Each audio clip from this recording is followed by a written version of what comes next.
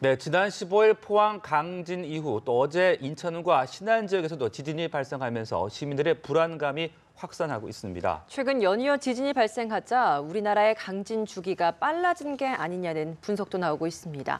우남철 기상청 지진 전문 분석관 모시고 관련 소식 자세히 짚어보겠습니다.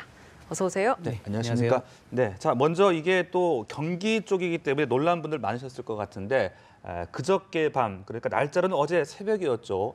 인천 옹진군 남서쪽 해역에서 2.6의 지진이 발생을 했습니다. 또 인천하면은 화력발전소, 또 대형 시설물들이 많기 때문에 큰 피해가 또 우려될 수 있는 지역일 것 같은데 어떻게 보셨습니까? 사실 우리나라 서해안 쪽에서는 네. 평소에도 지진이 이제 자주 발생하고 있었습니다.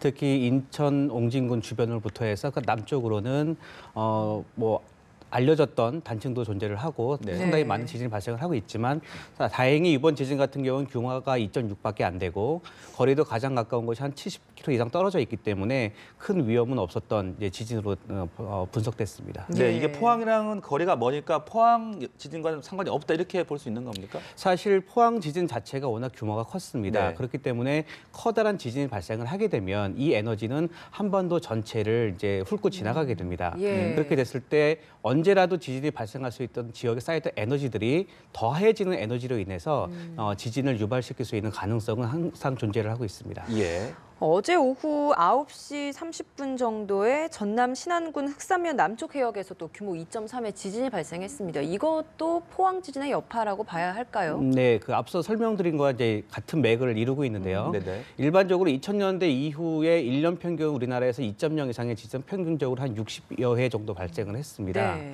그런데 작년에 경주준 이후에는 한 250회가 이제 발생된 이제 기록이 있는데요. 그와 마찬가지로 대규모 지진이 일어남으로 해서 그 집안의 응력이 증가를 하게 되고 이제 지진이 발생할 수 있는 지역에서는 그 지진들이 조금 더 빠르게 이제 네. 여러 번 이제 발생하는 그런 이제 결과를 보이고 있습니다. 그렇군요. 자, 포항으로 좀 다시 돌아와 보죠. 여진이 좀 뜸한가 싶었는데 오늘 낮 12시 50분쯤 그리고 조금 전 2시 10분쯤 잇따라 여진이 발생을 했더라고요. 불안감이 좀 계속될 것 같은데 이러면은 아직 포항 일대 집안이 안정화될 수 됐다고 볼 수가 없는 건지 어떤 안정화 판단의 기준 같은 게 있는 겁니까? 사실 이 지진이라는 자연 현상 자체가 아직까지는 과학적으로 예측할 수 없는 범주에 들어가 있기 때문에 뭐라 단정 지을 수는 없습니다. 하지만 기존의 사례를 가지고 저희가 분석을 할 수밖에 없는데요. 작년에 발생된 경주 지진 같은 경우도 그 여진이 1년 넘게 이어진 이제 사례가 있습니다. 마찬가지로 이 포항 지진 같은 경우도 규모가 비슷했기 때문에 이 여진도 당분간은 지속될 걸로 예상이 되고 있고요. 그렇기 때문에 이 여진이 빨리 사그러지는 거에 대해서는 낸 기대보다는 추후 이제 발생될 수 있는 여진에 대해서 미리 대처를 하는 것이 더 좋은 대처 방법인 것 같습니다. 네, 그렇다면 집안이 확실하게 안정화된다라든지 뭐 여진이 언제까지 계속되고 좀 잦아들 것이다 이런 것을 예측한다는 것은 사실상 불가능하다 이렇게 봐야 되는 겁니까? 네, 그렇습니다. 네. 알겠습니다. 이 포항 지진 여파가 그런데 또 땅 속에 계속해서 이제 남아 있다 보니까 집안이 스트레스를 받고 이게 결국에는 또 폭발로 이어져서 또 다른 지진으로 오게 만들 수 있다라는 이런 분석 결과도 있던데 이것도 뭐 사실입니까? 어떻습니까? 네, 사실 앞서 말씀드린 것도 같은 내용이 되겠는데요. 네. 어떤 커다란 에너지가 일정 지역에 쏟아지게 되면 모든 집안들이 다 연결돼 있기 때문에 그 에너지에 영향을 받을 수밖에 없습니다. 이 받은 에너지들은 언젠간 다시 분출을 하게끔 되어 있고 그로 인해서 지진이 연속해서 발생하는 것입니다. 쉬운 예로 저희가 출근 시간에 아주 사람들이 꽉 차 있는 지하철에 앉아 있다가 한쪽에서 누군가 갑자기 밀리게 되면 다시 반대로 밀리는 그런 힘들이 왔다 갔다 하는 그 평형을 찾기 위한 그런 움직임이 있듯이 지각도 마찬가지입니다. 어떤 큰 힘으로 에너지를 받게 되면 그걸 풀어야 되고 또 풀린 에너지가 있으면 다시 쌓이기 위해서 서로 반복돼서 움직이는 그런 현상을 자연스럽게 보이고 있습니다. 네. 자, 이렇게 과거에 비해서 우리나라 지진 발생이 좀 잦아지다 보니까 우리나라도 이제 지진 안전지대가 아니다. 또 강진주의가 좀 빨라지면서 지진 활성기에 접어들었다. 이런 분석들도 있는데 어떻게 보고 계십니까? 사실 그런 거에 대한 예측은 좀 이제 어렵고 이제 성급한 판단을 내리기 어려운 부분이긴 한데요.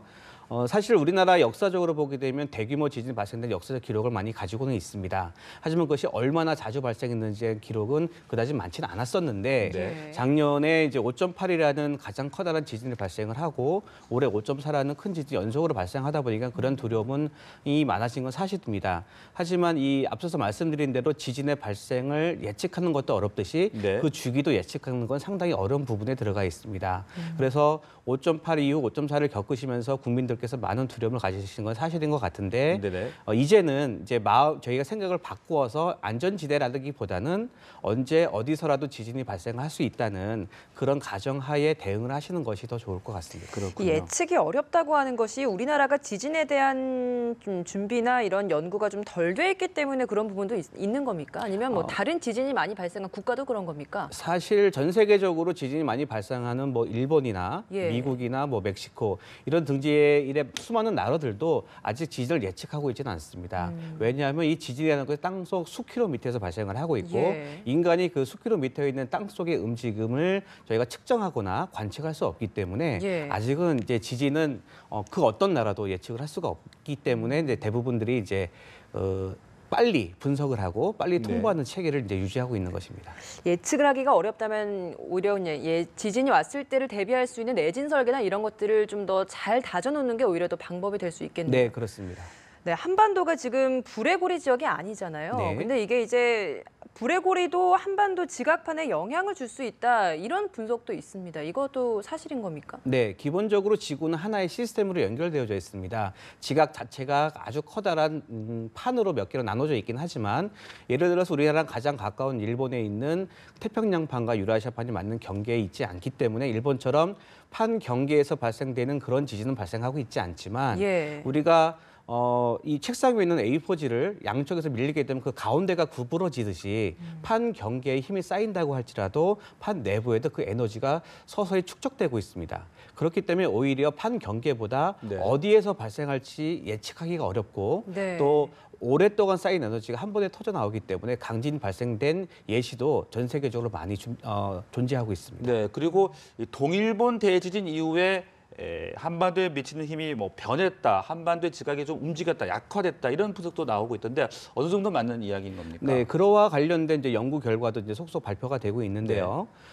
한반도가 이제 그 동일본 대지진이 워낙 컸기 때문에 그때 당시에 뭐 3에서 몇 센치 정도 이제 움직인 이런 연구 결과가 나오고 있습니다. 네네. 그로 인해서 앞서서 말씀드린 대로 하나의 시스템으로 지구가 연결돼 있다 보니까 그 영향이 한반도에 남아 있게 되고 그 영향이 풀리면서 어떤 지진이 발생할 수 있다는 그런 연구 결과도 지금 계속 나오고 있는 상황입니다. 네. 저희가 앞서 리포트에서도 좀 보내드렸습니다만 지열발전소가 이번 포항 지진과 연관이 있느냐 이것도 좀 문제인 것 같아요. 연관이 있는 겁니까? 지금 아직 국내 전문가들도 정확한 분석을 못 내놓고 있다고 하던데 어떻습니까? 네, 사실 굉장히 어려운 부분입니다. 우리나라에서 처음 있는 현상이고 하다 보니까 굉장히 많은 이제 추측성 이제 이야기도 많이 나오고 네. 있는데 네네. 사실 어제 포항 지진 관련된 긴급한 포럼에서도 여러 교수님들께의 연구 결과가 상당히 여러 가지 갈래를 갈렸습니다. 기존에 이제 포항 지진처럼 어떤 유발된 현상을 나타내는 지역의 리포트도 어제 보고가 됐었고 예. 반대로 그때 당시에 발생되는 지진과는 패턴이 다르다라는 연구 결과도 나오고 있습니다. 예. 그렇기 때문에 사실 미국이나 다른 곳에서 발생된 현상이 우리나라에서 똑같이 일어나는 법은 없기 때문에 앞으로 향후 좀 더 정밀한 조사가 필요한 부분이 되겠습니다. 네, 지진에 대한 네, 그렇다면 앞으로 이 지진을 조금이라도 예측할 수 있도록 하기 위해선 조금이나마도요. 그럼 어떤 좀 대책들이 마련돼야 할 걸로 보십니까? 사실 우리나라는 기존에 그 지진에 대한 위험성에 대한 이제 심각성이 없었기 때문에 네. 사실 지진이 발생하는 그 원인인 땅속에 대한 연구가 아직 부족한 건 사실입니다. 그렇기 때문에 가능한 한 빨리 지금 행정안전부에서 주관하고 있는 이제 활성 단층 지도라든가 땅속의 이제 지질 상태에 대한 연구, 특히 이번에 포항 그 지열 발전소 같은 경우도 학계의 공통된 의견은 사전에 지질에 대한 조사가 부족했다라는 거를 이제 공통적으로 생각을 하고 있습니다. 네. 그렇기 때문에 이런 땅속에 대한 연구 이런 부분에 대한 좀 더 많은 투자가 필요하다고 생각합니다. 네. 예, 알겠습니다. 오늘 말씀 여기까지 듣겠습니다. 우남철 기상청 지진 전문 분석관이었습니다. 고맙습니다. 고맙습니다. 감사합니다.